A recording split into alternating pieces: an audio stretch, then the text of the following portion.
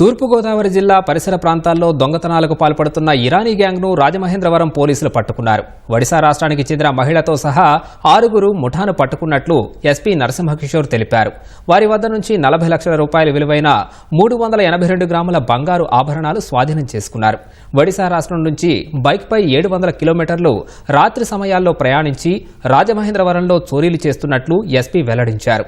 ప్రత్యేక బృందాలు ఏర్పాటు చేసి ఇరానీ గ్యాంగ్ను పట్టుకున్నట్లు తెలిపారు. సుమారు 14 అఫెన్సులు జరిగాయి గత 4-5 మంత్స్ లో. సో ఒకే రోజు 5 అఫెన్సులు జరిగినప్పుడు మనమంతా కూడా స్పెషల్ టీమ్స్ ఫామ్ చేసి ఇదేదో సమ్ గ్యాంగ్ మూవ్ అవుతుందన్న ఉద్దేశంతో మనం చాలా సర్వేలెన్స్ పెంచాము. చెక్ పోస్టులు కానీ, నైట్ మూవ్మెంట్ కానీ. దీంట్లో భాగంగా 2019 టైంలో ఒక కొవ్వూరులో ఒక ఇరానీ గ్యాంగ్ ఒక అఫెన్స్ చేశారు.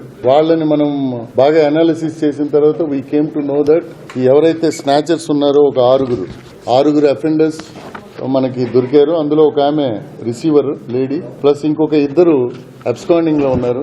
మొత్తం వీళ్ళు ఒక ఇరానీ గ్యాంగ్ 157 కేసుల్లో వీళ్ళు 4 రాష్ట్రాల్లో కలిపి చేశారు.